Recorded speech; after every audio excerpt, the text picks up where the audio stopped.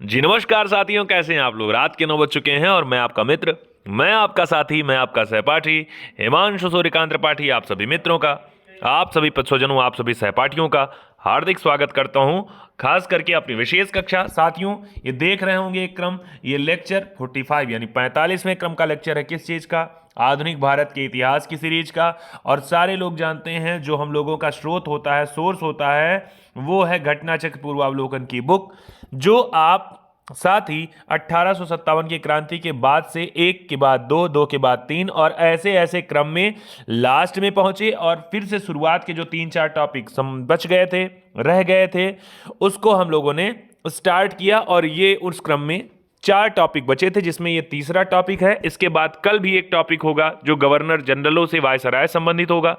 और इसके साथ आपका आधुनिक भारत के इतिहास की सीरीज घटना चक्र की बुक से साथियों हो जाएगा कंप्लीट।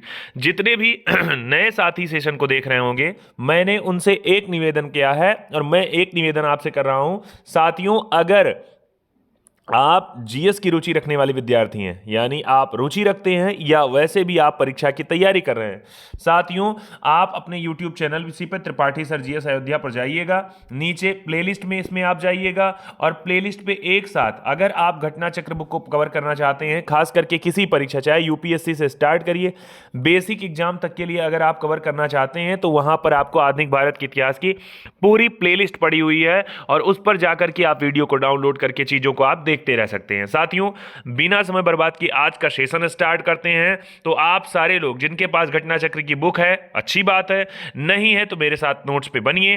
पहले हम नोट्स पढ़ेंगे, इसके बाद प्रश्नोत्तरी को हल करेंगे। जल्दी करिए साथियों, बिना देर किए शुरू हो जाइए मेरे साथ।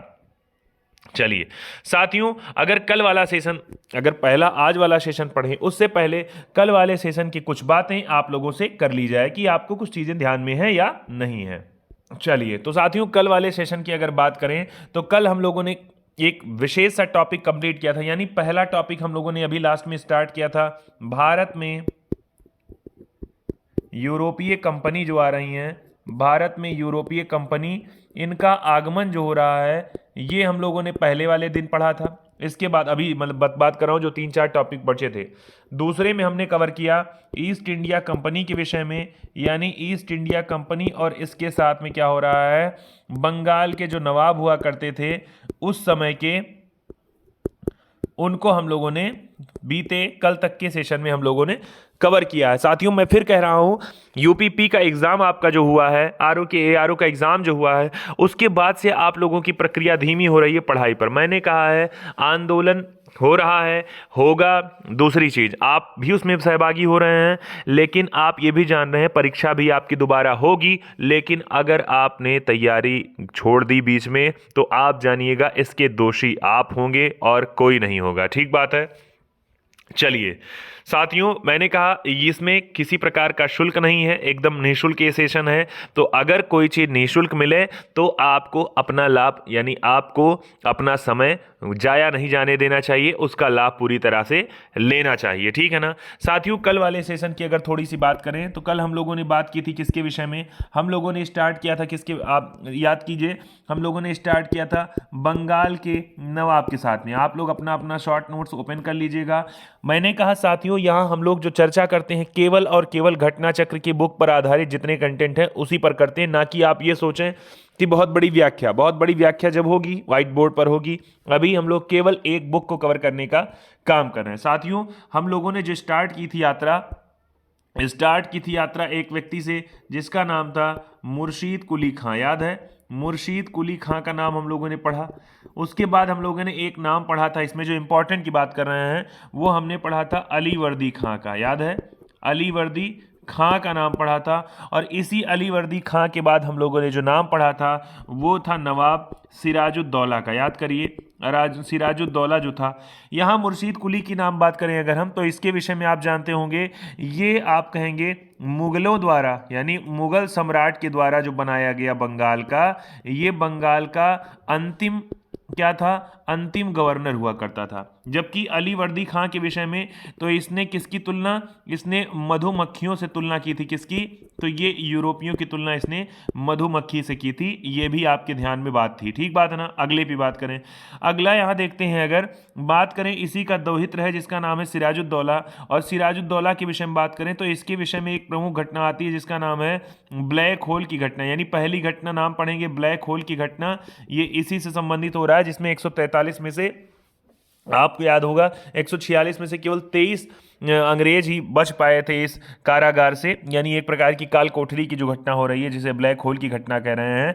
तो यहाँ तीन बेसिक बातें आप अभी सुन पा रहे हैं। यही आगे बात करें, अगर सर सिराजुद्दौला की ही बात करें तो याद करिए इसने क्या किया, इस सिराजुद्दौला ने, यानी सिराजुद्दौला का नाम बड़ा प्रभावशाली है। तो सिराजुद्दौला के संबंध में ब्लैक होल या काल कोठरी की घटना हो रही है, ये हो रही है आपकी 20 जून को, और 20 जून 1756 को हो रही, ठीक बात है ना।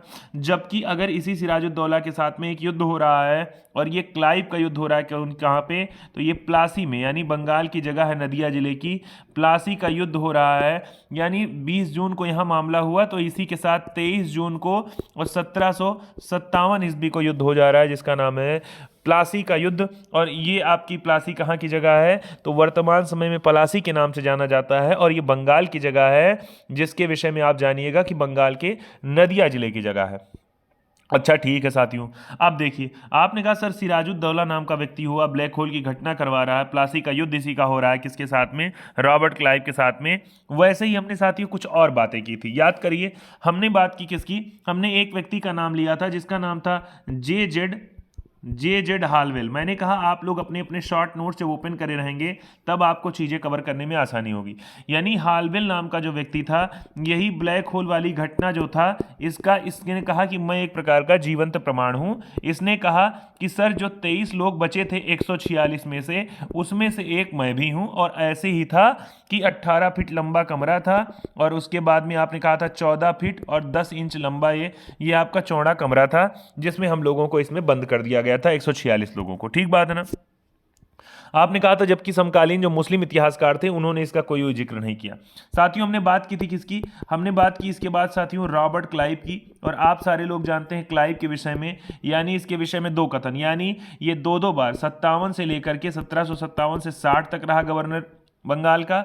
दूसरा आपने कहा था सर 1765 से लेकर के 67 तक दोबारा फिर से ये रहा था रॉबर्ट क्लाइव। अच्छा, इसके विषय में इसकी तुलना याद करिए, इसकी तुलना विलियम पिट ने की थी स्वर्ग से उत्पन्न सेना नायक के विषय में। यानी स्वर्ग से उत्पन्न सेना नायक के रूप में इसकी संज्ञा किसने की थी, तो विलियम पिट नाम का जो व्यक्ति था उसने कहा था, ठीक है ना। यानी इसके नेतृत्व में कई सारे युद्ध जीते थे अंग्रेजों ने, इस वजह से ये बड़ा महत्वपूर्ण व्यक्ति हो जाता था, और एक प्रकार का दुष्ट आदमी था। दुष्ट तो भारत के परिप्रेक्ष्य में उनके लिए तो भाई अच्छा था ही। यहाँ बात करेंगे इसके विषय में, यानी इसी के विषय में यहाँ बात करेंगे अगर दो बात, यानी अगर 57 की स्थिति थी, आपने कहा 1757 में, तो आपने कहा सर प्लासी का युद्ध हो रहा है, ठीक बात है ना। जबकि इसी के बाद 1764 में एक युद्ध हो रहा है जिसका नाम है बक्सर का युद्ध। उसी के बाद ये 1765 में जब इलाहाबाद की संधि हो रही है, तो इसी इलाहाबाद की संधि किसके दौरान कराई जा रही, तो उस समय भी क्लाइव हो रहा है क्या, गवर्नर, ठीक बात है ना, ध्यान करे रहिएगा। जबकि 64 में जब बक्सर की लड़ाई हुई बिहार वाली, तो उस समय क्या हो रहा है, उस समय जो बंगाल का गवर्नर हुआ था उसका नाम था वेंसीटार्ट, याद करे रहिएगा। मैंने कहा अच्छा, अच्छी बात यह है कि जो कल के सेशन में थे, मुझे लगता है उन सारे लोगों को ये चीज़ें रटी होगी। यहाँ बात करें साथियों, और मैंने कहा जब प्लासी का युद्ध हो गया क्लाइव और सिराजुद्दौला के बीच में, तो दूसरा उसके बाद में आ रहा है सर बक्सर का युद्ध। अच्छा, बक्सर के विषय में आप जब सुनते हैं तो बक्सर का युद्ध इसी के बाद, यानी 57 में 23 जून को हो रहा है प्लासी का युद्ध, जबकि 22 अक्टूबर हो रहा है 1764 को हो रहा है एक युद्ध जिसका नाम है बक्सर का युद्ध। यानी बक्सर जो है वर्तमान समय में बिहार की जगह है, और इसमें क्या हो रहा है, एक तरफ हो रहे हैं अंग्रेज, और जबकि दूसरी तरफ हो रहे हैं कौन कौन, तीन लोग, जिसमें एक व्यक्ति है इसका नाम है मीर कासिम, और इसी के साथ एक अवध के नवाब है जिनका नाम है नवाब शुजाउद्दौला, और एक व्यक्ति है कौन, यानी मुगल सम्राट है जिनका नाम है शाह आलम द्वितीय, याद करे रहिएगा। ये तीन लोग एक तरफ हो रहे हैं, और ये, लेकिन इसमें जीत कौन रहा है साथियों, तो इसमें जीत रहा है यही कौन, इसमें जीत रहे हैं अंग्रेज, यानी अंग्रेजों की हो रही इसमें विजय हो रही है, ठीक है। और इसी के बाद आपको याद होगा, तो इस समय वेंसीटार्ट था गवर्नर, लेकिन इसके बाद 65 में हो रही है एक संधि जिसका नाम है इलाहाबाद की संधि। और इलाहाबाद की जो सेकंड संधि हो रही है इसमें क्या हो रहा है, इस समय दीवानी यानी आपको 3 जगह की दीवानी प्रदान करी जा रही, किसके द्वारा, मुगल सम्राट के द्वारा। ये है बंगाल की और बिहार की और कहाँ की, उड़ीसा की। ये किसको प्रदान की जा रही है, तो ये दी जा रही है अंग्रेजों को, ठीक है ना। यानी तीनों जगह राजस्व वसूलने का काम कौन करेंगे, अंग्रेज अब करेंगे, ठीक है। ये भी आपके ध्यान में हो गया। अब साथियों आगे बात, यानी आगे जब बात करेंगे तो ये दीवानी यानी राजस्व वसूलने का जिम्मेदारी जब इनको दे दिया तो इसने क्या किया, आपने पढ़ा था यहीं पे, मैंने कहा इसी बुक से या इसी नोट्स से आपने चीज़ों को पढ़ा था घटना चक्र वाली। आपने कहा जिसमें से 2 व्यक्तियों का नाम, एक का नाम आता है रजा खान, मोहम्मद रजा खान का नाम आता है, और दूसरे व्यक्ति का नाम आता है जिसका नाम था राजा शिताब राय। यानी इन दोनों व्यक्तियों का नाम आता है।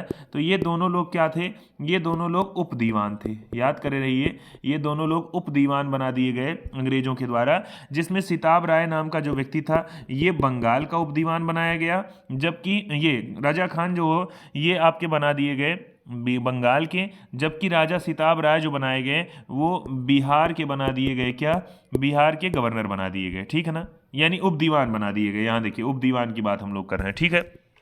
अब देखिए साथियों, जब हमने इसकी बात कर ली, हमने कहा अब 65 में संधि हो रही, 65 में पूरी तरह से भारत में व्यवस्था बना रहे हैं कौन, अंग्रेज व्यवस्था बना ले रहे हैं, कंपनी का पूरी तरह से शासन भारत में बड़ी मजबूती के साथ अब शामिल हो रहा है। अब दिक्कत क्या फंस रही है, अब क्या हो रहा है, अब इसके बाद ये लोग भारत में कब्जेदारी बनाना शुरू कर देंगे। और आपको याद होगा शाह आलम का, चाहे आप कहें सर शाह आलम द्वितीय की बात करें, शाह आलम की, यानी ये भी पेंशन पे तय हो गए। इन्हीं के बाद आपके आएंगे शाह आलम के बाद जिनका नाम होगा आपका अकबर सेकेंड, यानी अकबर सेकेंड भी क्या होंगे, ये भी हो जाएंगे इसी के अंतर्गत, पेंशन के अंतर्गत, यानी ईस्ट इंडिया कंपनी के अंतर्गत। मतलब इनका कोई मामला नहीं चलेगा, नाम के लिए केवल मुगल सम्राट रहेंगे, बस भारत के सम्राट रहेंगे। और उसके बाद में आपको याद होगा बहादुर शाह जफर, जिनका नाम है बहादुर शाह सेकेंड, बहादुर शाह द्वितीय।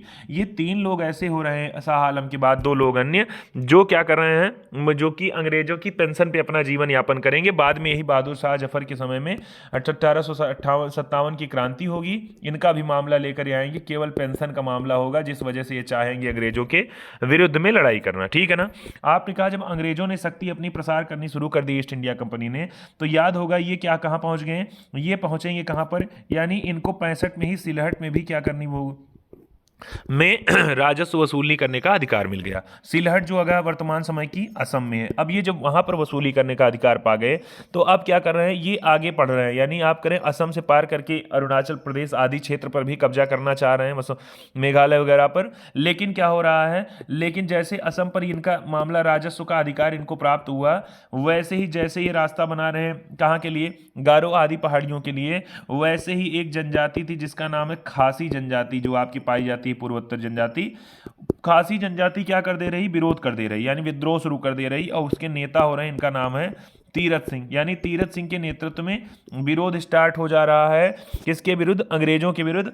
और आपको याद होगा इतनी बातें लगभग मुझे लगता है कल वाले सेशन में हम लोग कर चुके थे, ठीक बात है ना। अब देखिए साथियों, अगर इतनी बात कर चुके हैं तो अब हम लोग थोड़ी सी और, यानी इसके बाद का जो टॉपिक है आपका वो है पंजाब के विषय में, पंजाब व मैसूर के विषय में, ठीक है ना, जिसमें आप अभी रणजीत सिंह जी का नाम सुनेंगे, उस समय इसी में आप उनका नाम भी सुनेंगे, श्रीरंगपट्टनम वाले टीपू सुल्तान का नाम सुनेंगे, आंग्ल मैसूर युद्ध के विषय पर सुनेंगे तीनों। तो साथियों मैंने कहा लगातार बने रहिए, इतनी देर जो मैंने डिस्कस किया है उसका कारण यही था, कारण एक था, अगर कल वाले सेशन में आप नहीं थे तब भी आप देख लीजिए सरसरी निगाह से, और दूसरा अगर कल वाले सेशन में थे तो आप अपना नोट्स एक बार रिवाइज कर लीजिए कि क्या आपने तैयार मन लगा के पढ़ा था, नोट्स बनाया था या नहीं बनाया था, ठीक है ना। चलिए साथियों, या मैं आपको फिर बता दूं, यात्रा अपनी है, मोटिवेशन अपना है, और ध्येय वाक्य अपना है, वाकिफ कहाँ जमाना हमारी उड़ान से, और वे और थे जो हार गए आसमान से। हार नहीं माननी है, रार नहीं ठाननी है, ठीक बात है ना। लोग आएंगे, लोग जाएंगे, लेकिन अपनी यात्रा नहीं चलनी चाहिए। और इसी के तहत आज देख रहे होंगे आपके बीच में ये हम लोग 45वां सेशन लेकर पहुंचे हैं, और ऐसे ये क्रम रुकने वाला नहीं है, ठीक है ना, ये क्रम रुकने वाला नहीं है, ठीक बात है ना, क्योंकि जीवन जीवन महासंग्राम है, यात्रा अपनी चलनी चाहिए। कौन सुकून यह रहता है कि आप अपने ध्येय पर काम किए हैं तो आपको हमेशा सुकून वाली नींद आती है, ठीक बात ना। लेकिन ध्येय पर काम नहीं किए हैं, खाली इस इंतजार में कि ये आए कि नहीं आए, वो आए कि नहीं आए, तो आप काम नहीं कर पाते बढ़िया, ठीक है। चलिए साथियों, वीडियो को लाइक कर लीजिएगा। स्टार्ट करते हैं आज के सेशन को। यहाँ देखिए नाम लिखा है, नाम लिखा है, व्यक्ति का नाम लिखा है, एक व्यक्ति जिनका नाम है महाराजा रणजीत सिंह। अब महाराजा रणजीत सिंह जी के विषय में लिखा है कि इनका जन्म हो रहा है कै तारीख को, 13 नवंबर 1780 को। कहाँ हो रहा है? सुकर चकिया नाम की एक मिसल, यानी मिसल का मतलब होता है जैसे गांव आज सुन रहे हैं, जैसे पूर्वा आप सुनते हैं, उसी तरह से एक जगह हो रही है, क्षेत्र हो रहा है, वहाँ की मुखिया हो रहे हैं, इनका नाम है महासिंह। उन्हीं के घर पर इनका जन्म हो रहा है रणजीत सिंह जी का, 13 नवंबर 1780। आप सबको याद होगा 12 नवंबर को राष्ट्रीय पक्षी दिवस मनाया जाता है, उसी के एक दिन बाद 1780 में इनका जन्म हो रहा है। किसका? तो वो रणजीत सिंह का, ठीक बात है ना। अगले पे आते हैं। अब देखिए इनका जन्म हो गया इनके सुकर चकिया में, ठीक बात है। अब देखिए लिखा है महाराणा रणजीत सिंह और अंग्रेजों के बीच जो युद्ध संधि हो रही है, अमृतसर की संधि, ये हो रही है 25 अप्रैल 1809 को। साथियों मैं कह रहा हूं ये लाइन टू लाइन हम लोग कवर करने का काम कर रहे हैं घटना चक्र पूर्वावलोकन का। कारण उसका एक है, आप अपनी बुक रिवाइज नहीं कर पाते हैं अगर कहीं यात्रा में है तो आपके पास ये यूट्यूब वीडियो रहेगा, आप वीडियो प्ले कर लीजिए, आपका सारा कंटेंट कवर हो जाने वाला है, टॉपिक पूरा कवर हो जाने वाला है। तो आप जान गए अंग्रेजों के साथ रणजीत सिंह जी की जो संधि हो रही है अमृतसर की, वो कब हो रही? तो 1809 में 25 अप्रैल को, ठीक है। अच्छा अगले पे आते हैं। लिखा है 1818 में और मुल्तान, 1819 में कश्मीर, 1834 में पेशावर को जीत लिया। किसने जीत लिया? तो यही अपने महाराजा रणजीत सिंह ने, यानी बड़े प्रतापी राजा माने जाते हैं ये, ठीक बात है। तो इन्होंने जीत लिया। आगे 1798 में अफगानिस्तान का जो शासक था जिसका नाम था जमान शाह, इसने क्या किया? पंजाब पर आक्रमण कर दिया। अब देखिए वापस जाते समय उसकी तोपें क्या हुई? वो चिनाब नदी में गिर गई। आपको याद होगा चिनाब नदी, ठीक है, उसी में क्या हो रही है? इसकी तोपें गिर जा रही। अब रणजीत सिंह जी क्या कर रहे हैं? उसे निकलवा रहे हैं और निकलवा के क्या कर रहे हैं? वापस भेज रहे हैं। सोच रहे हैं इनकी दयालुता आप देख रहे हैं, और कोई होता तो रख लेता, क्यों? क्योंकि गिरी है तो रख लेता, लेकिन इन्होंने वापस भिजवा दी उसके। और इस सेवा के बदले अब उससे वो भी खुश हुआ, जमान शाह खुश हुआ। अब जमान शाह जो अफगानिस्तान का शासक था उसने क्या किया? इनको लाहौर पर अधिकार करने की अनुमति दे दी। किसने की? जमान शाह। अब देखिए यहाँ दो नाम सुना आपने, आपने एक नाम सुना किसका? एक नाम सुना रणजीत सिंह जी का, दूसरा नाम आप सुन रहे हैं यहाँ पर जमान शाह का नाम, ठीक है। अच्छा ठीक है। अब देखिए आगे लिखा हुआ है कि जब इन्होंने क्या हुआ, इनको लाहौर पर अधिकार करने का अनुमति जब दे दिया, तब क्या हो रहा है? उसके बाद 1799 की स्थिति, यानी 1780 में जब पैदा हुए थे उसके बाद 1799 की बात कर रहा है कि रणजीत सिंह ने तत्काल क्या किया? ये लाहौर पर इन्होंने अधिकार कर लिया। किसने? याद है आपको? यानी 98 में इनको अधिकार करने, यानी 98 में ही क्या हो रहा है? इसने आक्रमण किया था पंजाब पर जमान शाह ने, उसके बाद लाहौर पर इसने अधिकार यानी करने का एक प्रकार का अधिकार दे दिया था 99 में। अब उसके बाद क्या हो रहा है? ये अधिकार कर भी ले रहे हैं और आगे क्या हो रहा है? अब उसने अपनी राजधानी, अच्छा, और उसे इन्होंने अपनी राजधानी बना लिया। किसने? रणजीत सिंह ने क्या किया? लाहौर को अपनी राजधानी बना लिया। अब देखिए, और जमान शाह को कैसी उपाधि दी? राजा की उपाधि दे दी इन्होंने। किन्होंने? रणजीत सिंह जी ने। अब देखिए, अब लाहौर को अपना सूबेदार मान लिया, यानी और लाहौर का अपना सूबेदार जमान शाह ने क्या किया? इन्हें राजा की उपाधि दे दी और क्या किया? इन्हें लाहौर में अपना सूबेदार, यानी कहने का अर्थ हो गया एक प्रकार का प्रतिनिधि, सूबेदार का अर्थ हो गया जमान शाह जो अफगानिस्तान का शासक था उसने इनको अधिकार करने का अधिकार भी दिया था, यानी कि लाहौर पर अधिकार कर लें। अब जब इन्होंने कर लिया तो इनको इनका अपना सूबेदार बना लिया और इनको राजा की उपाधि दे दी, ठीक है। अब देखिए आगे लिखा है 1805 की स्थिति जब हो रही है तब अमृतसर में भंगी मिसल से छीन, लिखा है अमृतसर जो है 1805 में, लिखा है उसने 1805 में अमृतसर को भी भंगी मिसल से छीन लिया, ठीक है। यहां क्या है आगे लिखा है? अब देखिए 1805 की तिथि याद कर रहिएगा, क्वेश्चन आपको मिलेगा तो आप ध्यान करिएगा। लिखा है पंजाब की राजनीतिक राजधानी जो कि लाहौर और धार्मिक राजधानी किसे बना ली? अमृतसर को। ध्यान करे रहिएगा, ये क्वेश्चन खूब पूछा गया है आपसे कि रणजीत सिंह ने अपनी राजधानी किसे बनाई थी? राजनीतिक तो लाहौर को, और धार्मिक किसको? तो अमृतसर को। रणजीत सिंह जो थे बहुत योग्य शासक थे। इन्होंने कहा था ईश्वर की इच्छा थी कि मैं सब धर्मों को एक निगाह से देखूं, इसीलिए उसने मुझे दूसरी आंख की रोशनी मेरे ले ली। यानी आप जानिएगा रणजीत सिंह जी एक आंख यानी एक आंख से ही देख सकते थे, एक आंख उनको नहीं थी, तो इस वजह से यहाँ इन्होंने स्टेटमेंट दिया कि मैं भगवान ने मेरे ऊपर कहा है कि भाई सब धर्मों को एक निगाह से देखो, इसी वजह से क्या पता इन्होंने ऐसा किया भगवान ने। अब देखिए, अफगानी एक अमीर यानी शाह सुजा, अमीर का मतलब हो गया राजा टाइप का ही व्यक्ति हो रहा है।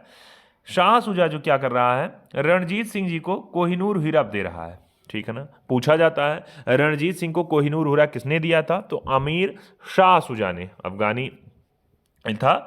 अब आगे लिखा है 1839 की जब तिथि है, रणजीत सिंह की मृत्यु के बाद उनका पुत्र जो है इसका नाम है खड्ग सिंह। याद करे रहिएगा, रणजीत सिंह के पुत्र का क्या नाम है, तो रणजीत सिंह के पुत्र का नाम है खड्ग सिंह, जो कि 1839 में इनकी मृत्यु के बाद सिंहासन पर बैठ रहा है। आगे लिखा है अफीम, इसे अफीम, अब देखिए ये खड़ग सिंह नशेड़ी निकल गया, अब इसे अफीम खाने को हो गई आदत। अब इसके शासनकाल में क्या हो रहा है, शीघ्र ही दरबार में दो विरोधी दल सिंघावालिया सरदार यानी इनके विषम चैत सिंह, अतर सिंह, लहना सिंह और उनके भतीजे अजीत सिंह तथा दूसरा संधा जो हो रहा है डोगरा बंधु, यानी एक हो रहा है संधावालिया सरदार और दूसरा हो रहा है डोगरा बंधु।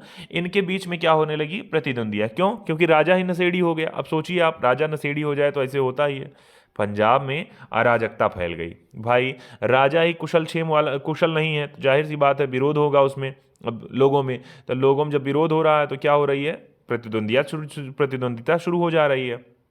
अब देखिए, कल मैंने एक क्वेश्चन पढ़ा था हम लोगों ने कि इसी समय चिलियांवाला का युद्ध हो रहा है, 13 जनवरी 1849 ईस्वी को लड़ा जा रहा है चिलियांवाला का युद्ध। अब देखिए, इस युद्ध में अंग्रेजी सेना का नेतृत्व लॉर्ड गफ ने किया था तथा सिख सेना का नेतृत्व शेर सिंह के नेतृत्व में हुआ था।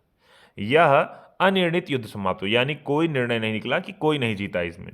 इस युद्ध के समय भारत का गवर्नर जनरल हुआ करता था जिसका नाम था लॉर्ड डलहौजी। साथियों, भारत का संवैधानिक विकास अभी आपको नहीं कवर कराया गया है, अभी हम लोग केवल इतिहास की मुद्रा में बात कर रहे हैं, भारतीय इतिहास की। तो ये जानते रहिए 1849 की तिथि है, ठीक है ना। तो 1849 की तिथि है, उस समय कह रहा है यहाँ पर जब युद्ध हुआ तो उस समय डलहौजी हुआ करता था भारत का गवर्नर जनरल, ठीक है ना। अब दो चीजें आप जानिएगा, चिलियांवाला का युद्ध अंग्रेज और सिखों के बीच में हो रहा है, अंग्रेज सेना का नेतृत्व लॉर्ड गफ कर रहे हैं और सिख सेना का नेतृत्व शेर सिंह हो रहे हैं। कब हुआ ये युद्ध, तो 13 जनवरी को हो रहा है 1849 में। अब आप साथियों कमेंट सेक्शन में लिखना है आपको 13 जनवरी को कौन सा दिवस मनाया जाता है, ठीक है ना। चलिए आगे आते हैं। लिखा है एक महाराजा हो रहे हैं, इनका नाम है दिलीप सिंह, ये सिख साम्राज्य के अंतिम शासक थे। चलिए अब थोड़ा सा हम केवल लाइन टू लाइन पढ़ने का काम करेंगे, नई चीजें आपकी छूट जाती हैं। उन्होंने 1843 से 49 तक शासन किया। किसने, यानी सिख धर्म के जो अंतिम शासक थे उनका नाम क्या था, दिलीप सिंह। ध्यान करे रहिए, टिक कर लीजिएगा। दिलीप सिंह ने क्या किया, सिख धर्म छोड़कर ईसाई धर्म को, पूछा जाता है सिख धर्म के कौन से ऐसे शासक थे जिन्होंने सिख धर्म को छोड़कर ईसाई धर्म को स्वीकार किया, तो ये व्यक्ति था दिलीप सिंह। आगे इन्होंने क्या किया, रूस की यात्रा भी की थी। इस व्यक्ति का निधन हो जा रहा है अक्टूबर 1893 में, और कहां पर, फ्रांस में। ध्यान करे रहिएगा, जो सिख साम्राज्य के अंतिम शासक थे दिलीप सिंह, वो ईसाई धर्म को स्वीकार किए और उनका निधन भी हो रहा है कहां पर, फ्रांस में हो रहा है। इनकी अंत्येष्टि भी इंग्लैंड में। अब देख के ही लग रहा है ईसाई धर्म ऐसा स्वीकार किए कि मर भी रहे हैं जाके वहीं पर, ठीक है ना। अंत्येष्टि यानी अंतिम संस्कार भी वहीं पर हो रहा है, ठीक है। आगे देखिए, 1849 ईस्वी की बात है जब द्वितीय आंग्ल सिख युद्ध जो हो रहा है वो समाप्त हो रहा है, तो उस समय अंग्रेजों द्वारा पंजाब का विलय कर लिया गया, यानी अंग्रेजों ने पंजाब का विलय, इसी वजह से लिखा था कुछ देर पहले पंजाब का अंतिम सिख शासक हो रहा है ये व्यक्ति। दिलीप सिंह को पेंशन देकर बाद में ब्रिटेन भेज दिया गया, यानी दिलीप सिंह नाम का जो व्यक्ति था इसको पेंशन देकर भेजा गया, उसी समय उसकी मृत्यु हुई थी। लिखा है पंजाब की ब्रिटिश साम्राज्य में विलय के बाद डलहौजी जो हो रहा है 49 में पंजाब पर शासन करने के लिए 3 लोगों की एक परिषद का गठन करे दे रहा है। कौन कौन लोग हो रहे हैं, लिखा है जिसमें सर हेनरी लॉरेंस को अध्यक्ष बना रहा है, जॉन लॉरेंस और चार्ल्स ग्रेनविल मानसेले को सदस्य के रूप में। यानी अब पंजाब पर जो लोग शासन करेंगे वो 3 सदस्यों की एक परिषद होगी या 3 लोगों लोगों की परिषद होगी जिसके अध्यक्ष होंगे हेनरी लॉरेंस। ये कब की बात कर रहा है? 1849 की बात है। डलहौजी हो रहा है उस समय गवर्नर जनरल, और ये क्या कर रहा है? ये सिख राज्य का जब विलय द्वितीय एंग्लो सिख युद्ध की बात कर रहा है, तो उसके बाद वहां पर ऐसी शासन व्यवस्था, यानी इस तरह से अब शासन व्यवस्था वहां की चलेगी। अब देखिए यहाँ साथियों, अब एक नया कंटेंट इसके साथ जुड़ने वाला है, आंग्ल मैसूर युद्ध के विषय में। खूब ध्यान से देखिएगा, इसी में कई कंटेंट आपके लिए मिलने वाले हैं। देखिए यहाँ पहला आंग्ल मैसूर युद्ध 1767 से 69 के बीच में हो रहा है, ठीक है ना। याद होगा 1764 में बक्सर का युद्ध, अच्छा 1764 में आपको याद होगा बक्सर का युद्ध याद हो रहा है। उसी के 64 के 3 साल बाद 67 में हो रहा है आंग्ल मैसूर युद्ध, अंग्रेजों और मैसूर राज्य के बीच में हो रहा है। इस युद्ध में हैदर अली, ये टीपू सुल्तान के पिता थे, ये विजय हो रहे हैं, अच्छा विजयी हो रहे हैं। लिखा इस दौरान अंग्रेज गवर्नर जो हुआ करता था उसका नाम था वेरल्स्ट, ठीक है। युद्ध 4 अप्रैल 1769 को मद्रास की संधि के साथ समाप्त हुआ। आप ध्यान करिए, पहला आंग्ल मैसूर युद्ध हो रहा है, 2 साल तक के लिए हो रहा है, 1767 से 69 तक। आप याद कर रहिएगा, बक्सर के युद्ध के 3 साल बाद, ठीक बात है ना।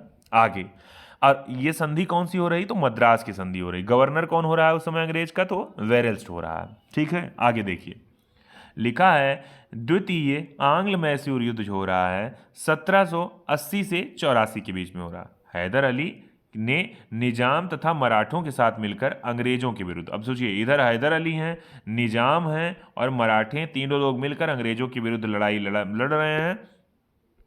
जुलाई 1780 में हैदर अली ने कर्नाटक पर आक्रमण कर दिया तथा कर्नल बेली के अधीन अंग्रेजी सेना को हरा करके अरकाट पर भी अधिकार कर लिया। कौन? हैदर अली। सोच रहे हैं बहादुर आदमी थे। आगे लिखा हुआ है इनके विषय में, हैदर अली के लिखा हुआ है कि इसी दौरान टीपू सुल्तान भी आ गए फार्म में। टीपू ने हेक्टर मुनरो की सेना को पोल्लीलूर, ये दक्षिण भारत का स्थान है, वहां पर हरा दिया। 1781 में हैदर अली का सामना अंग्रेज जनरल आयरकूट से हुआ। 81 की बात कर रहा है, अभी 80 की, अब 81 की, जिसने पोर्टा नोवा 1 जुलाई 1781 तथा पोल्लीप्लूर फिर सोलिंगुर में हैदर अली को परास्त किया। अब देखिए हैदर अली यहाँ पहली बार हार रहे हैं 1781 में, बाकी लगातार जीत ही रहे हैं। 82 में इनकी मृत्यु हो जा रही है। उसके बाद में टीपू सुल्तान क्या कर रहे हैं? संघर्ष जारी रख रहे हैं। अंततः मंगलौर की संधि हो रही है और द्वितीय आंग्ल मैसूर युद्ध क्या होगा? आपका समाप्त होगा, ठीक बात है ना। ध्यान से देखिए साथियों, पहला आंग्ल मैसूर युद्ध 1767 से 69, दूसरा 1780 से 84 तक, ठीक बात है ना। पहला वाला 2 साल चला था, दूसरा वाला आपका 4 साल चलेगा। अब देखिए यहाँ लिखा हुआ है, आगे लिखा हुआ है टीपू सुल्तान नाम का जो व्यक्ति है, हैदर अली का पुत्र, ये श्रीरंगपट्टनम को अपनी राजधानी बना रहा है। पूछा जाता है क्वेश्चन कि टीपू सुल्तान की राजधानी क्या थी? तो श्रीरंगपट्टनम। यहाँ पर जैकोबिन क्लब की स्थापना भी कर रहा है और उसका सदस्य बन रहा है। अपनी राजधानी में फ्रांस मैसूर की मैत्री का प्रतीक वृक्ष भी लगा रहा है। पूछा गया है, इनके प्रश्न बीच में प्रश्न पूछा गया है कि बताइए फ्रांस और मैसूर की मैत्री का प्रतीक स्वतंत्रता का वृक्ष किसने लगाया था? तो वो लगाया था टीपू सुल्तान ने। टीपू सुल्तान ने अपने समकालीन विदेशी राज्यों से मैत्री संबंध बनाने तथा अंग्रेजों के विरुद्ध अपनी इसकी सहायता प्राप्त करने के लिए ईरान, कुस्तुनतुनिया यानी आधुनिक जो इस्तांबुल है, अफगानिस्तान, फ्रांस आदि को क्या हो रहा है? दूत मंडल भेज रहा है और आधुनिक रीति पर दूतावासों की स्थापना, यानी बड़ा अच्छा काम किया इसने कि दूतावासों की भी स्थापना ये कर रहा है। कौन व्यक्ति? टीपू सुल्तान नाम का व्यक्ति। याद होगा आपने, जिसने अपनी राजधानी श्रीरंगपट्टनम को बनाई, जैकोबिन क्लब की स्थापना की, उसका सदस्य बना और फ्रांस और मैसूर की मैत्री का वृक्ष लगा रहा है ये व्यक्ति। आगे आते हैं, लास्ट वाला जो युद्ध है जिसका नाम है तृतीय आंग्ल मैसूर युद्ध। साथियों लिखा तृतीय, अब देखिए पहला आपने कहा 67 से 69 तक, दूसरा 80 से 84 तक, अब तीसरा 1790 से 92 तक के बीच में हो रहा है। श्री रंगपट्टनम की संधि के साथ ये आपका समाप्त होगा 1992 में तृतीय आंग्ल मैसूर युद्ध। अंग्रेजों की ओर से कार्नवालिस आ रहा है, जबकि मैसूर की ओर से टीपू सुल्तान। ध्यान करे रहिएगा, जरूरी टॉपिक है। टीपू सुल्तान चतुर्थ आंग्ल मैसूर युद्ध, जिसका नाम 1799 में, उसमें लड़ते लड़ते शहीद हुआ या मारा गया। इसके कुल के सदस्यों को वेल्लोर में कैद कर लिया गया, यानी जो भी इनके कुल के लोग थे, यानी इसके परिवार के लोग थे, उनको वहां कैद कर लिया गया।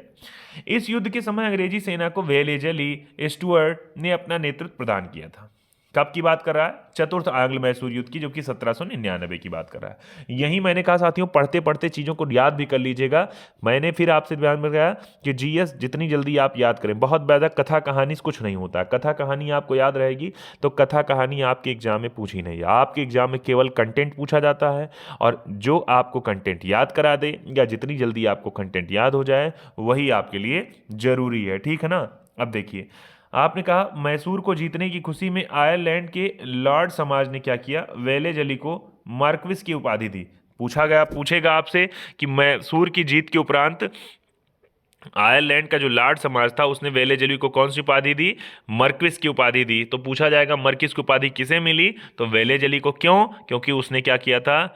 मैसूर को जीत लिया था इसके उपलक्ष्य में। आगे आते हैं साथियों, लिखा हुआ युद्ध के बाद अंग्रेजों ने मैसूर की गद्दी पर पुनः अडियार वंश के एक बालक जिसका नाम था कृष्णराज को बैठाया। किस वंश का था? अडियार वंश का था। लिखा है कनारा, कोयम्बटूर, श्रीरंगपट्टनम को अपने राज्य में भी इसने मिला लिया। किसने? अंग्रेजों ने, और उसके साथ में आप करें कृष्णराज ने। अब देखिए आगे साथियों, लिखा है बेगम समरू नाम का जो लिखा है व्यक्ति, लिखा है 1750 से 1836 की बात कर रहे हैं, लिखा है ने एक अति प्रसिद्ध चर्च का निर्माण कराया और मेरठ के सरधना में कराया था। कहां पर? तो पूछा जाएगा बेगम समरू नाम की जो एक महिला है, इन्होंने क्या किया? इन्होंने कहां पर एक चर्च का निर्माण कराया? तो सरधना में, जो कि मेरठ के पास है। लिखा है बेगम समरू जो है, इनके पति यूरोपीय व्यक्ति थे जिनका नाम था वाल्टर रेनहार्ड साम्ब्रे, जिन्होंने कई रियासतों को सैन्य सेवाएं प्रदान की थी। साम्ब्रे को बंगाल के नवाब नजफ खान ने सहारनपुर के रुहेला सरदार जाप्ता खां को हराने के में प्रमुख भूमिका के कारण सरधना की जागीर, अब देखिए इनको सरधना की जागीर प्रदान की गई थी। किसको? इनके जो पति थे, याद करिएगा, वाल्टर रेनहार्ड साम्ब्रे को। ठीक बात है ना, याद कर रहिएगा। अपने पति की मृत्यु के बाद बेगम समरू सरधना की शासिका बनी थी। तो ध्यान करें, इनका नाम, मेरठ के सरधना का नाम अगर आवे आपके क्वेश्चन में, या बेगम समरू का नाम आवे, तो इनका नाम मेरठ के सरधना से जोड़े रहिएगा, जिन्होंने वहां पर चर्च का भी निर्माण करवाया था। ठीक है, चलिए साथियों, ये कुछ हो गया आपका, क्या ये हो गया प्रश्नकोश। अब हम लोग चर्चा करेंगे प्रश्नकोश पे। अभी तक हम लोगों ने थियरी पढ़ी है, तो सभी साथियों को आप लोग बुला लीजिए और बिना समय बर्बाद किए आगे के जो भी 10-20 क्वेश्चन हैं उसको हल करने का काम करिए मेरे साथ। तो पहला प्रश्न आपकी स्क्रीन पे है कि रणजीत सिंह के राज्य में सम्मिलित था दिल्ली, काबुल, श्रीनगर या फिर मकराना। उत्तर दीजिए। 1 2 3 4 5 6 7 8 9 10। तो जल्दी उत्तर दीजिए इसका। चलिए, बहुत बढ़िया, मुझे लगता बता ले जाएंगे। इनकी राज्य में सम्मिलन की बात कर रहा है। रणजीत सिंह की बात करेंगे अगर, तो इन्हीं है जिनका जन्म हो रहा है 13 नवंबर को और 1780 को हो रहा है। ठीक है ना, ध्यान कर रहिएगा। यहाँ 1780 जब आप पढ़ते हैं तो 1780 को याद होगा सेकेंड कौन सा? आंग्ल मैसूर युद्ध भी इसी समय हो रहा है। किसके किसके बीच में? तो आप ध्यान होगा, सेकेंड आंग्ल मैसूर युद्ध की बात अगर करेंगे तो सेकेंड आंग्ल मैसूर हैदर अली का ही मामला हो रहा है, अंग्रेजों के साथ में हो रहा है युद्ध। तो ध्यान कर रहिएगा, 1780 की बात है और 13 नवंबर की जब रणजीत सिंह पैदा हो रहे हैं। ठीक है, और इनके राज्य में जो सम्मिलित था, तो इसका डी वाला ऑप्शन हो जाएगा श्रीनगर। ठीक है, अगले क्वेश्चन पे आते हैं। पीसीएस में भी पूछा गया है, देखिए वही सब बातें लिखी है यहाँ पर। लिखा है 13 नवंबर 1780 को सुकर चकिया मिसल के मुखिया महासिंह के घर पर इनका जन्म हो रहा है, रणजीत सिंह का। रणजीत सिंह और अंग्रेजों के बीच 25 अप्रैल 1809 को अमृतसर की संधि हो रही है। तत्कालिक प्रभाव ये हुआ कि रणजीत सिंह का सतलज पार के सिख राजाओं के ऊपर प्रभुत्व जमाने का जो सपना था वो टूट गया। लेकिन दूसरी ओर, जैसे कनिंघम ने कहा कि रणजीत सिंह को पश्चिम दिशा में प्रसार करने की छूट मिल गई। 18 में मुल्तान को, 19 में कश्मीर को और 34 में पेशावर को ये जीत ले रहे हैं। तो इस प्रकार श्रीनगर क्या हो रहा है? इनके राज्य में सम्मिलित था, यानी मुल्तान, कश्मीर, पेशावर ये सब इनके राज्य में सम्मिलित था। अगले क्वेश्चन पे, रणजीत सिंह का संबंध किस मिसल से था? अहलुवालिया, डलेवालिया, सुकरचकिया या फिर कन्हैया? उत्तर दीजिएगा। एमपी पीसीएस में पूछा गया है। 1 2 3 4 5 6 7 8 9 10। तो साथियों इसका क्या हो जाएगा? इसका हो गया सुकरचकिया मिसल के ही संबंधित व्यक्ति थे महासिंह जो होते इनके पिता थे, और इन्हीं के घर में 13 तारीख को, 13 नवंबर को और 1780 को इनका जन्म हुआ था। किसका? महाराजा रणजीत सिंह का। ध्यान करे रहिएगा। ठीक है, आगे आते हैं अगले क्वेश्चन पे।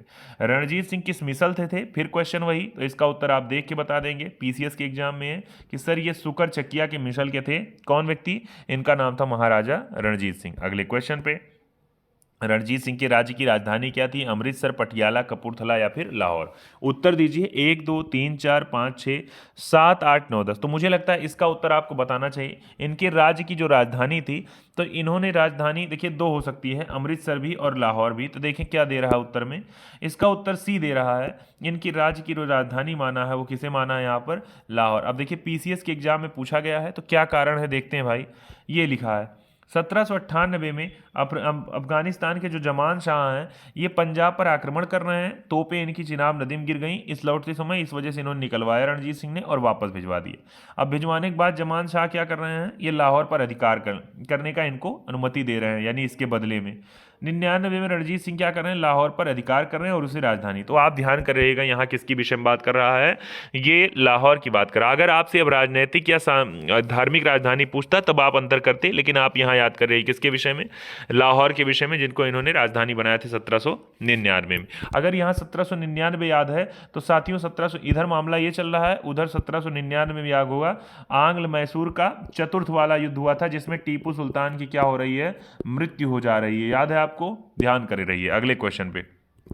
राजा रणजीत सिंह ने किस स्थान पर अदालते आला की स्थापना की थी? उत्तर दीजिए। 1 2 3 4 5 6 7 8 9 10। साथियों इसका क्या उत्तर हो जाएगा? आपको याद होगा, अगर अदालते आला की बात कर रहा है और किसकी बात कर रहा है? रणजीत सिंह की, तो याद होगा इनको जगह मिल रही है। कौन सी जगह मिल रही है? लाहौर की। जब 1799 में ये अधिकार कर रहे हैं किस पर? 1799 में अधिकार कर रहे हैं लाहौर पर, तो लाहौर में ही ये अदालती आला यानी लाहौर को ही राजधानी भी बना रहे हैं, बाद में ये उसकी राजनैतिक राजधानी हो जाएगी। ठीक है ना?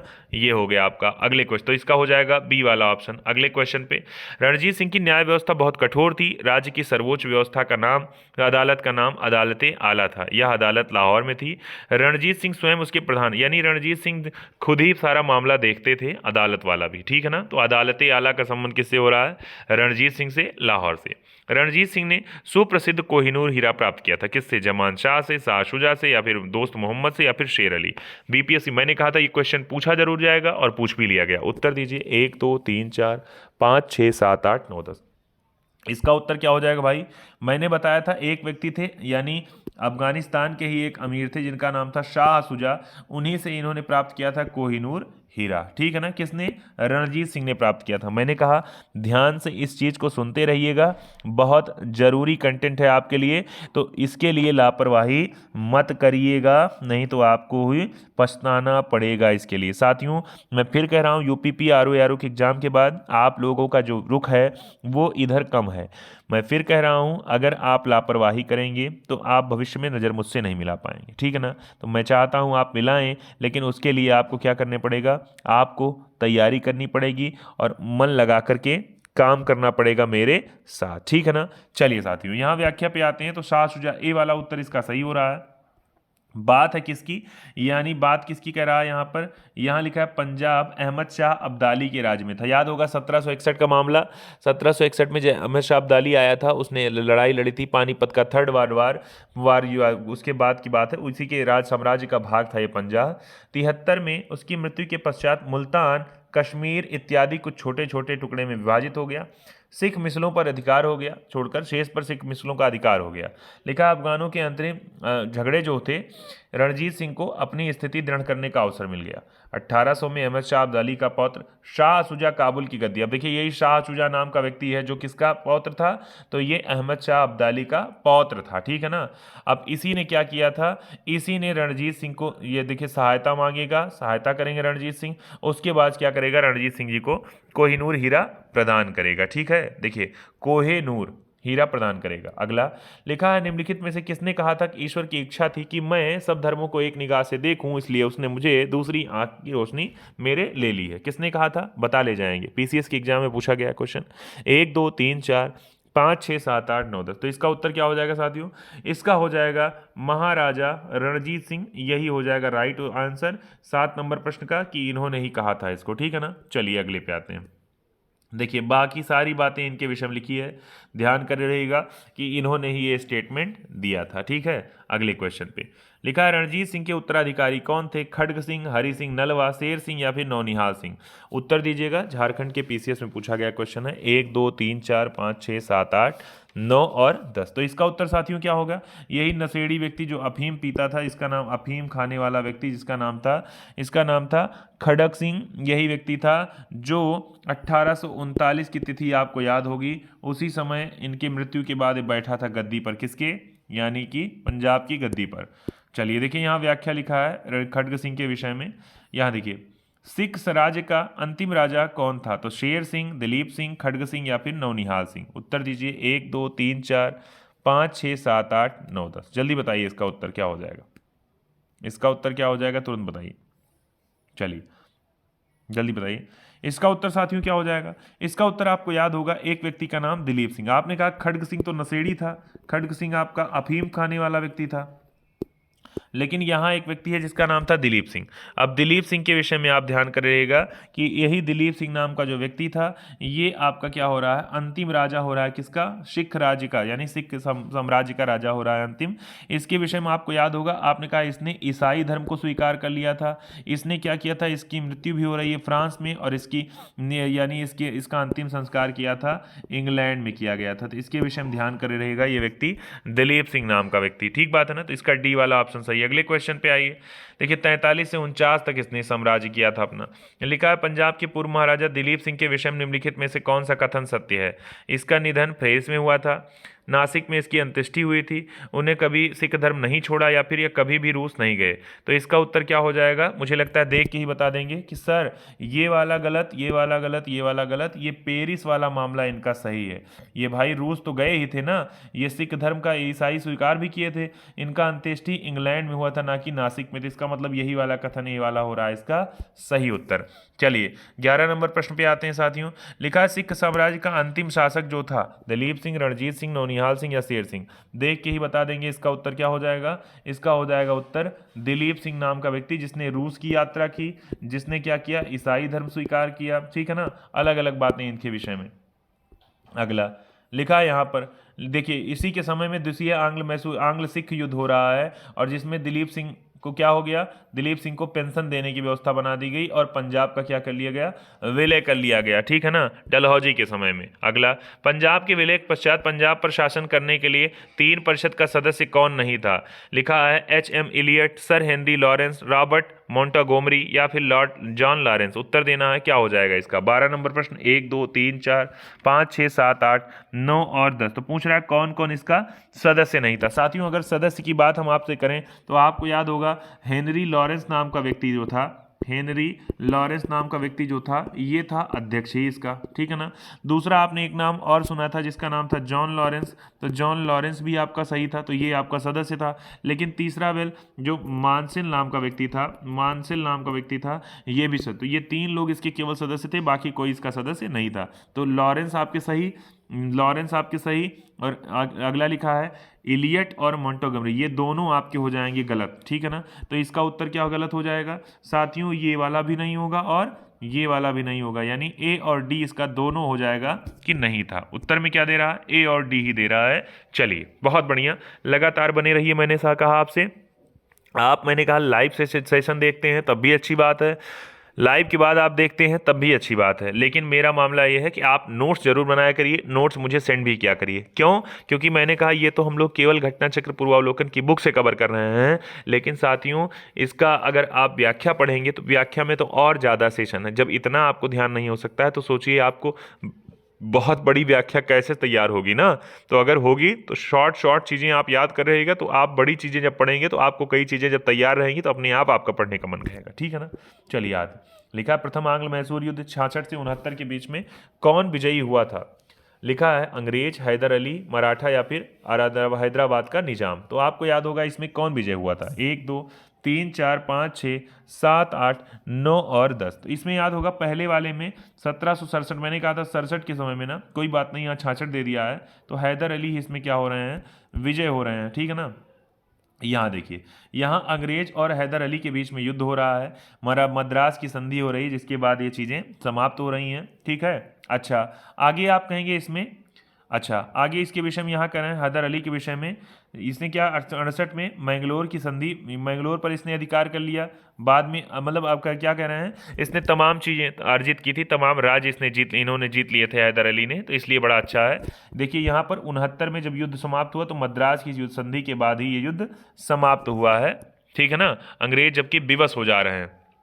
अगला लिखा हुआ है 1755 में डिंडीगुल मैसूर में एक आधुनिक शस्त्रागार की स्थापना किसने की थी? नंजराज ने, या हैदर अली, या चिक्का कृष्णराज, या फिर देवराज ने? 1755 की बात पूछ रहा है साथियों, 55 की बात पूछ रहा है, तो उत्तर दीजिएगा 1 2 3 4 5 6 7 8 9 10। आप सबको पता है अगर 55 की बात कर रहे हैं तो उस समय साथियों यहाँ डिंडीगुल मैसूर में उस समय हैदर अली का ही साम्राज्य था, तो हैदर अली इसका हो जाएगा राइट ऑप्शन। इसने ही एक आधुनिक शस्त्रागार की स्थापना, यानी आधुनिक शस्त्रागार के विषय में आपने देखा होगा एक व्यक्ति था जिसका नाम था मीर कासिम, उसने भी क्या किया था, उसने भी इन चीज़ के विषय, इन पे काम करने का शुरुआत किया था। किसने? इस मीर कासिम ने भी। याद होगा आपकी तोड़दार बंदूकें और तोपें, आधुनिक तोपें, इसका भी कारखाना इसने स्थापित किया था। वैसे ही यहाँ हैदर अली के विषय में आप लोग पढ़ रहे हैं, तो इसका बी वाला ऑप्शन सही भाई, बहुत बढ़िया।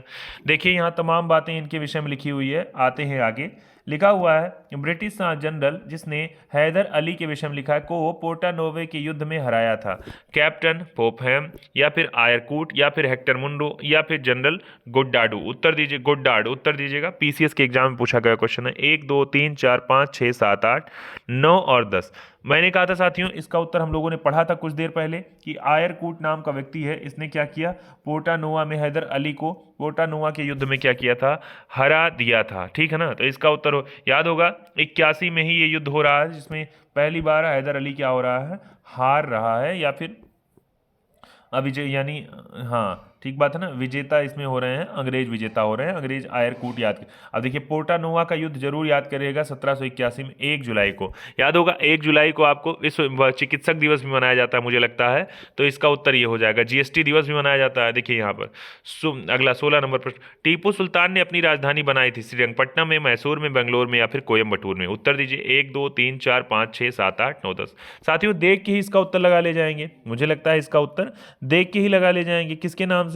इनके नाम से, जिनका नाम है टीपू सुल्तान। याद होगा टीपू सुल्तान के विषय में जब हैदर अली की मृत्यु हो रही है, हैदर अली की मृत्यु 1782 के बाद क्या हो रहे हैं, ये टीपू सुल्तान बन रहे हैं और ये अपनी राजधानी क्या बना रहे हैं, श्रीरंगपट्टनम में। मैंने कहा था इनके विषय में जैकोबिन क्लब भी ध्यान करे रहिएगा, और फ्रांस और मैसूर की एकता पर ये स्वतंत्रता का वृक्ष भी लगा रहे हैं ना। अगले पे आते हैं, लिखा है कौन सा ऐसा शासक जिसने विदेशों में आधुनिक पद्धति से दूतावास स्थापित किए थे? उत्तर दीजिए हैदर अली, मीर कासिम, शाह आलम द्वितीय, या फिर टीपू सुल्तान? 1 2 3 4 5 6 7 8 9 10 ये बता ले जाएंगे मुझे लगता है ये वाला क्वेश्चन। तो इसका उत्तर साथियों क्या हो जाएगा, हैदर अली नहीं, जबकि इसका उत्तर हो जाएगा टीपू सुल्तान के विषय में। इन्होंने ही आधुनिक पद्धति से दूतावास विदेशों में स्थापित करने की व्यवस्था बनाई थी। लिखा टीपू सुल्तान ने ब्रिटिश सेना को 1780 में हराया था? पोलीलुर में, निजामाबाद में, हैदराबाद, या फिर सेरिंगपट्टनम में? उत्तर दीजिए कब इन्होंने अंग्रेजों को हराया था? उत्तर देना है 1 2 3 4 5 6 7 8 9 10। तो ये हरा रहे हैं कहाँ पर, ये पोलीलुर वाला जो स्थान है यहीं पर हरा रहे हैं। ये सारे दक्षिण भारत के स्थान हैं तो वहीं पर हरा रहे हैं। ये डायरेक्ट क्वेश्चन ऐसे ही पूछा जाता है आपसे, कतई ये नहीं पूछा जाएगा ये कहाँ है कहाँ था, बस केवल ऊपर का क्वेश्चन और सीधा उत्तर इसका, ठीक है ना। यहीं पर हरा है 1780। मैंने कहा 1780 आपको याद रखती थी, 1780 में दूसरा आंग्ल मैसूर युद्ध स्टार्ट हो रहा है, ठीक है ना। देखिए तो वहाँ पे हरा भी रहे हैं। अगले पे आते हैं, लिखा है हैदर अली, टीपू सुल्तान ने मराठा और निजामों के साथ मिलकर समझौता कर लिया और फ्रांसीसी सहायता का वचन ले लिया तथा कर्नाटक पर जुलाई 1780 में आक्रमण करके अरकाट पर भी अधिकार कर लिया था। टीपू ने हेक्टर मुंडो की सेना को पोलीलुर में हराया था, ठीक है ना। अगले क्वेश्चन पे, अंग्रेजों ने श्रीरंगपट्टनम की संधि किसके साथ की थी? डुप्ले, नटराज, हैदर अली, या फिर टीपू सुल्तान? 19 नंबर प्रश्न है, उत्तर दीजिएगा 1 2 3 4 5 6 7 8। यानी रंगपट्टनम अगर बात करेंगे तो रंगपट्टनम से नाम आता है किसका, टीपू सुल्तान का साथियों। तो इसका उत्तर सी हो जाएगा, ध्यान करे रहिएगा। यहाँ तृतीय आंग्ल मैसूर जब युद्ध हुआ, ये हो रहा है 90 से 92 में हो रहा है, और इसके बाद जो संधि हो रही रंगपट्टनम की 92 में, उसी के साथ ये युद्ध समाप्त हुआ था। ध्यान करे रहिएगा, अंग्रेजों की तरफ से कार्नवालिस था जबकि मैसूर की तरफ से टीपू सुल्तान नाम का व्यक्ति था, ठीक है ना। टीपू को अपने राज्य का आधा भाग अंग्रेजों को देना पड़ा तथा उनके साथियों को देना पड़ा। हर जाने के रूप में टीपू को 3 करोड़ रुपए भी प्रदान करना पड़ा किसको? अंग्रेजों को। ठीक है ना, इसमें मतलब टीपू सुल्तान की हार हो रही इस वजह से। आगे देख रहे हैं, लिखा है कार्नवालिस ने इसी संधि के बाद यह टिप्पणी की थी कि हमने अपने शत्रु को प्रभावशाली ढंग से पंगु बना दिया तथा साथियों को भी शक्तिशाली नहीं बनने दिया। 20 नंबर प्रश्न है, टीपू सुल्तान अंग्रेजों के साथ युद्ध में कब मारे गए? साथियों 57 में, 1799 में, 1793 या फिर 1769 में। MPPCS में पूछा गया है। 1 2 3 4 5 6 7 8 9 और 10 पूछ रहा है टीपू सुल्तान अंग्रेजों के साथ युद्ध में कब मारे गए थे? तो इसका उत्तर क्या हो जाएगा? इसका उत्तर साथियों हो जाएगा 1799 में, जब चतुर्थ आंग्ल मैसूर युद्ध हो रहा है तो उसी में ये मारे गए थे। कौन? टीपू सुल्तान। ध्यान करे रहिएगा, इसका उत्तर आपका हो जाएगा बी वाला। मैंने कहा साथियों इसकी पूरी यानी जो पढ़ रहे हैं आप लोग आधुनिक भारत का इतिहास, घटना चक्र पूर्वावलोकन की बुक, यानी आप PCS के अभ्यर्थी हैं या UPSC के अभ्यर्थी हैं या कोई सा भी आप स्टेट PCS का एग्जाम दे रहे हैं या आयोग से UPPSC आयोग से जुड़ा हुआ कोई भी एग्जाम, आप साथियों घटना चक्र पूर्वावलोकन पढ़ेंगे ही। आप चुपचाप अपने YouTube चैनल पे आइए, जो भी आपके साथी हों उनको भी बताइए। यहाँ पूरी प्लेलिस्ट पड़ी हुई है उसकी, और आप क्या कर सकते हैं, उसको देख के चीज़ें अपनी तैयार कर सकते हैं। और मैंने कहा कहीं यात्रा में रहिए, चलते समय, कहीं टहलते समय, कहीं जाते समय आप डाउनलोड किए रहिए और अपना चुपचाप उसे सुनते रहिए। बड़ा बढ़िया है और अलग से कोई दिक्कत भी नहीं। लिखा है निम्नलिखित में से कौन सा सुमेलित है? देखिए अब ये देखिए सुमेलन वाला पूछ लिया, ध्यान करिएगा। 1 2 3 4 5 6 7 8 मुझे लगता है बता ले जाएंगे। पहला कहेंगे सर सुमेलित है पूछ रहा है ना, तो बड़ा आसान प्रश्न, हैदर अली पराजित हुआ ही नहीं था पहले वाले में। आपको याद होगा हैदर अली उसमें जीत गए थे। जबकि यहां अगर देखें चौथा आंग्ल मैसूर युद्ध जब 1799 में हो रहा है तो इसी में टीपू पराजित भी रहा है और टीपू सुल्तान का निधन भी हो जा रहा है। ठीक है ना, तो ये हो जाएगा आपका डी वाला ही इसका एक सुमेलित, यही एक तो सही सुमेलित है, बाकी सारे गलत हैं। देखते हैं भाई व्याख्या पे, एक सेकेंड भाई, व्याख्या पे आए। देखिए लिखा है पैतरा आंग्ल मैसूर जब युद्ध हो रहा है 67 से 69 के बीच में हो रहा है। ये संधि हो रही मद्रास की 69 में 4 अप्रैल को। आपने कहा द्वितीय वाला 80 से 84 तक चला, 84 में मंगलौर की संधि हो रही, यानी पहला वाला सम्मत हुआ मद्रास की संधि के साथ, दूसरा हो रहा है मंगलूर की संधि के साथ। ठीक बात है ना। और तीसरे में देखेंगे तो तीसरा 90 से 92 तक चल रहा है, कार्नवालिस उस समय हो रहा है। आपने कहा पिछले वाले में हेस्टिंग था, ठीक बात है, उसके पहले वाले में वेरेल्स था और तीसरे वाले में कार्नवालिस। आपने कहा यहाँ के विषय में श्रीरंगपट्टनम की संधि हो रही है जिसके साथ ये खत्म हो रहा है तीसरा आंग्ल मैसूर युद्ध। और चौथे की बात करें तो इसमें के विषय में तो वेले जली उस समय। मैंने कहा ये आप पूरा तैयार करे रहिएगा कि चारों आंग्ल मैसूर युद्ध जो हो रहे हैं इस समय कौन कौन गवर्नर हुआ करता था, ये आपके ध्यान में रहना चाहिए। ठीक है ना। अगले क्वेश्चन पे आते हैं। लिखा है 22 नंबर प्रश्न, फिर आपसे कह दिया ये आपको कूट यानी आप करें इसको चिन्हित करना है, सही टिक लगाना है आपको। तो इसका उत्तर आपको देना है 1 2 3 4 5 6 7 8 9 10। देखिए ध्यान से, अगर इलाहाबाद की संधि कहें तो इलाहाबाद की संधि साथियों याद होगा आपको, इलाहाबाद की संधियों साथी हुई थी कब? तो ये 65 में हुई थी, याद होगा बक्सर के युद्ध के बाद। ठीक है ना। जबकि मंगलोर की संधि अगर बात करें तो मंगलोर की संधि हो रही दूसरे वाले में, यानी दूसरा आंग्ल मैसूर युद्ध हो रहा है तो 1784 में।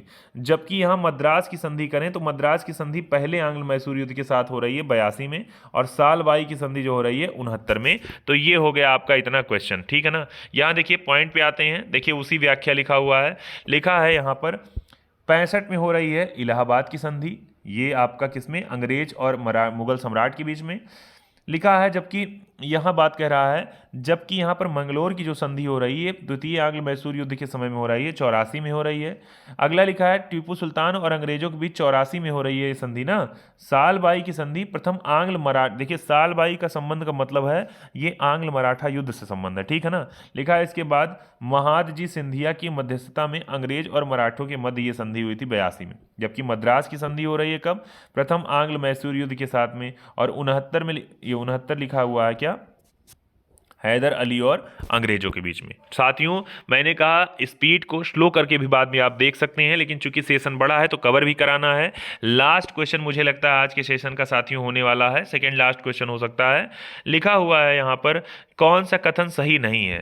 1 2 3 4 5 6 7 8 9 10 उत्तर दीजिएगा भाई, जल्दी इसका उत्तर दीजिएगा। कौन सा एक कथन इसमें सही नहीं है, बताइए जल्दी। देखिए साथियों इसके विषय में आप लोग ध्यान से पढ़िएगा। लिखा है यहाँ पर रणजीत सिंह लाहौर में तोपों के निर्माण के लिए आधुनिक ढलाई कारखाने स्थापित किए, ये सही है। आमेर में सवाई राजा जयसिंह जो होते हैं यूक्लिड के रेखागणित के तत्वों का संस्कृत में अनुवाद कराया था, ये भी सही है। मैसूर में टीपू सुल्तान ने संगेरी मंदिर में देवी शारदा की मूर्ति के निर्माण के लिए धन दिया था, ये भी सही है। तो एक यही गलत हो रहा है, यानी इसका नाम है अली मर्दान खान के विषय में, तो इसका ए वाला ऑप्शन हो जा रहा है, सही नहीं है। ठीक है ना। अगले क्वेश्चन पे आते हैं। अगला क्वेश्चन यहाँ लिखा हुआ है, इसको ध्यान से पढ़ लीजिएगा बाद में आप लोग।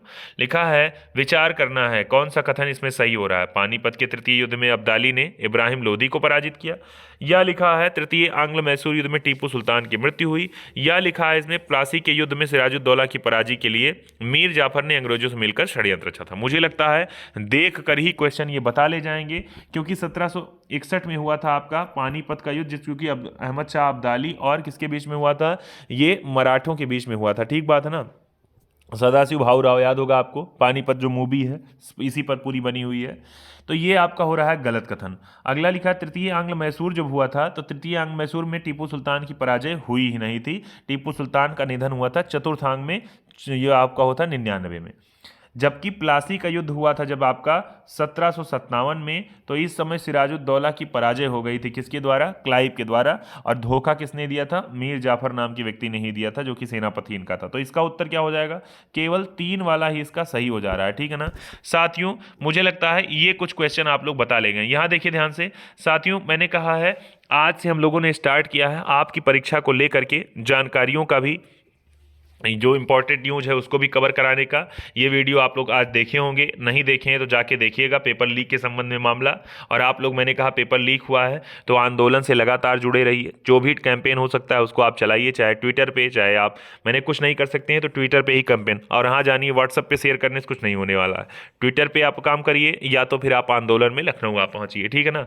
आरो से हैं तो आप प्रयागराज पहुँचिए, इससे हैं तो आप यहाँ लखनऊ पहुँचिए। साथियों ये पूरी प्लेलिस्ट आपको यहाँ, ये तो वीडियोज़ आपको मिल जाएंगे, लेकिन दूसरा आपने कहा अगर पूरी प्लेलिस्ट पाना चाहते हैं, चाहे विज्ञान प्रौद्योगिकी के मामले में, हिंदी के संबंध में, जीएस के संबंध में, एसएससी जीडी के संबंध में, स्टैटिक जी के, या फिर सीटेट के संबंध में, डेली करंट अफेयर, ये भी प्लेलिस्ट आपको पूरी पड़ी हुई है, जाके आप लोग देखिएगा और अपना कमेंट दीजिएगा कमेंट सेक्शन में कि क्या आपको चीज़ें अच्छी लग रही हैं, यानी क्या आपके काम का चीज़ें हैं या फिर नहीं हैं। ठीक है ना साथियों। अब लास्ट में आज का क्वेश्चन ऑफ द डे आपके लिए डाल दें, यहाँ आपको बताना है कमेंट सेक्शन में वीडियो खत्म होने के बाद। साथियों बताइएगा, यहाँ पर आपको एक क्वेश्चन